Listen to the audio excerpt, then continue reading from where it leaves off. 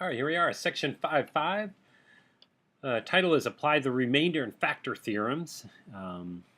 It's probably, to me, one of the best sections for the year. It's a really exciting section. So let's get into it. So vocabulary, we have polynomial long division. So it's a method, one method, used to divide polynomials similar to the way we divide numbers. The way you've done long is basically long division using polynomials. And the second method we're going to learn today, or in this video, is synthetic division. And this is used when you're dividing by a factor, basically, an x minus some constant. So let's get into them. So here is long division. It's quite involved. It's a nice example. It's optional. Let's make this clear. So synthetic division is the other option, and that's the one I would encourage. I think the book is nice to show us long division. And long division is better than synthetic because we can divide, anything. So notice synthetic would only work if you had like x plus 4, but here you're taking this fourth order polynomial and dividing it by a parabola. The steps are here. I can walk you through them.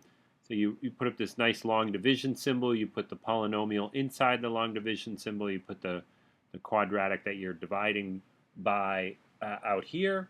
The first thing you do is you look at the 4x to the fourth and divide by x squared, which is what they wrote up here, and you say that would be 4x squared. Then you take this, multiply it into the quadratic, and you get this guy. You then subtract, right? You subtract all of these, and you get these two terms. You drop this term down. You do the same division again. So here you look at negative 8x to the third divided by x squared, and you write that answer here. You then multiply negative 8x into the quadratic, and you get these terms. You then subtract again, and notice, you should have subtract with parentheses, so they all become positive.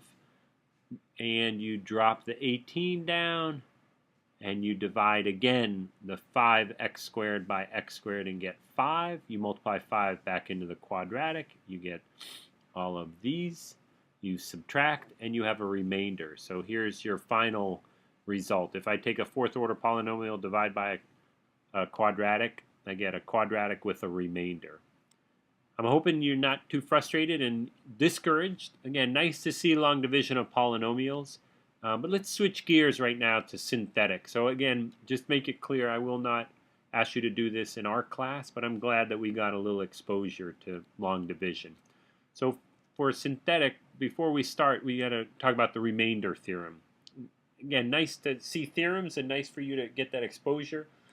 Basically what we're saying is, hey, if we divide a polynomial by this factor of x minus k, then the remainder to your division, right, the remainder being r, is actually f of k. And you might be saying, gosh, that feels like synthetic substitution.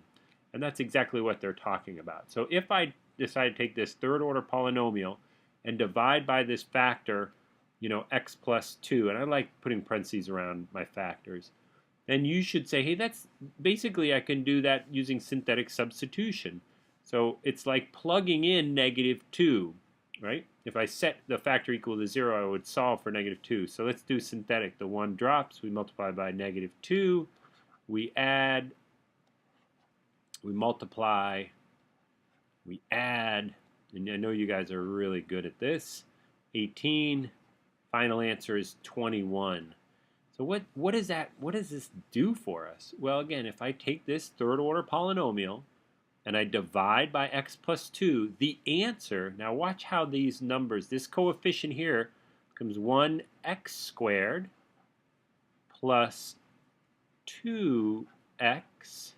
Notice the 2 becomes the coefficient in front of x, minus 9 with a remainder of 21 over what I divided by.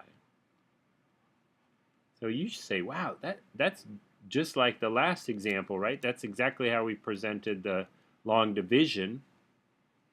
But I used this second method of substitution, second method of synthetic division. I apologize. So what's the big deal? What are we, what are we trying to get into? Well, so we use the factor theorem, and basically it says, look, if this factor, right?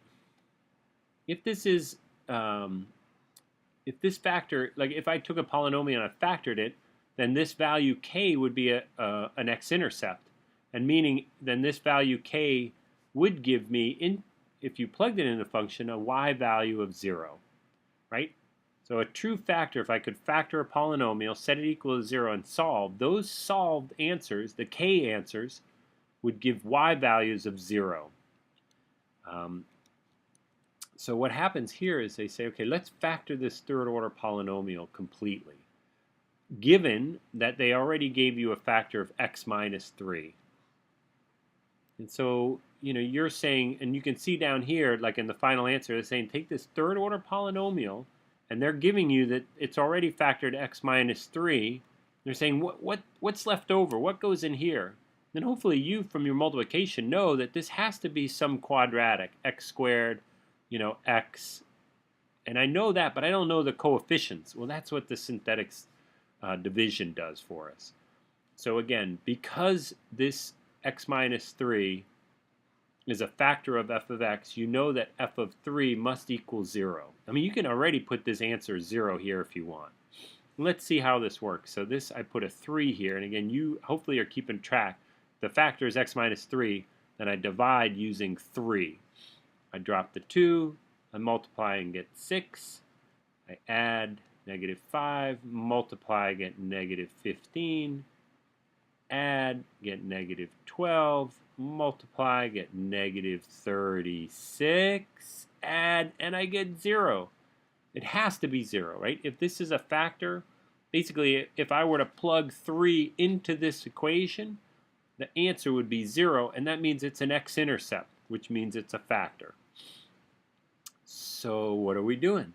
Well, these three numbers play a huge part in this answer. This would be 2x squared minus 5x minus 12. And so this quadratic factors, let me repeat this. This was the given. Now I'm looking at this. This looks like 2x and x. The 5 is 4. Gotta look at my notes. This would be minus 4 plus 3. I wasn't sure. 12 is always throws me off because it could be 2 and 6, 1 and 12. So I quickly looked at my notes and let me check real quick. This x squared, this would give me negative 8x plus 3x. That's negative 5x. I got it. Hey, look at that. I factored a third order polynomial. And if I set each of these factors equal to 0, I'd find the roots. I'd find the x-intercepts. Nice work. So what's the difference in this problem? Well, the way it's presented. So they said one of the zeros is -1. This is just like the last problem, but the last problem they would have said one of the factors is x plus 1. Right? We set factors equal to 0 and solve, and this would solve to x equal to -1. So again, it's really how this problem's presented. Same exact problem. We're just going to go right through it again. Right? So this, they're saying x plus 1 is a factor. Just went over that, used synthetic division. I'm going to put a -1 here. 1, multiply, add, multiply, add, multiply. And again, you're like, of course, I got 18, -18. This has to be 0. And that's a really good moment for you. If you don't get 0, and they told you, that this is one of the roots, or they said one of the zeros, roots and zeros can be interchanged, then you made a mistake. And so again, what's our next step? Well, we knew that one factor, they gave it to us, and we now know that this should be a quadratic, and what are the coefficients? They're coming out of this work. So this is 1x squared. I like writing 1, but you don't have to. Plus 3x minus 18. Let's keep our fingers crossed this guy hopefully factors, and seeing that they put these parentheses, it must. It's like -3 and plus 6. And so finally, to answer their question, find the other roots, Well, we know one root. They gave us -6. The others look like 3 and -6. And we've got it. Nice job. Whoop, a little too fast. There you go. Hey, could you try a couple? So I photocopied, this original. I don't think you need to do problem 1. Again, I am not going to hold you responsible for long division, but you certainly need to be able to do synthetic. So if you could, try to set up these problems, right? And see, this problem 2, you should get a remainder. And problem 3 and 4, there are no remainders. So again, try to set this up. We'll work very hard in class on this as well. When you're ready to see the answers, hit play. So there are the answers. I left the long division in again. Maybe you tried it. If you did, you should get huge bonus points for that. Here are the answers, and let me show you kind of how I walk through them. So for problem 2, right, they told me to just do synthetic division, and this was not a 0. This was not. This was just any arbitrary x plus 3. So when I plugged in, notice I do get a remainder. So when I present my final answer, you would have a quadratic with the remainder of 15 over 3 plus x plus 3. So I think the really exciting problem is problem 3, where they say, look, here's a polynomial, third order, and they tell you that one of the factors is x plus 2, and they would like you to factor it completely. So we use synthetic division. Again, if I don't get 0 here, I know I did something wrong, right, the way the problem is presented. These 3 numbers are what I need so important, right? They give me the coefficients for the quadratic. This guy then factors, and I'm done. I've got the right answer. And problem 4, they call this a 0. Realize, again, this would be the factor x minus 2. So you should do synthetic division. You get these 3 coefficients, rewrite them in a quadratic, factor, and then set each factor equal to 0 and solve. Hey, well done. Tricky section. We're going to practice this, and we'll see you in class.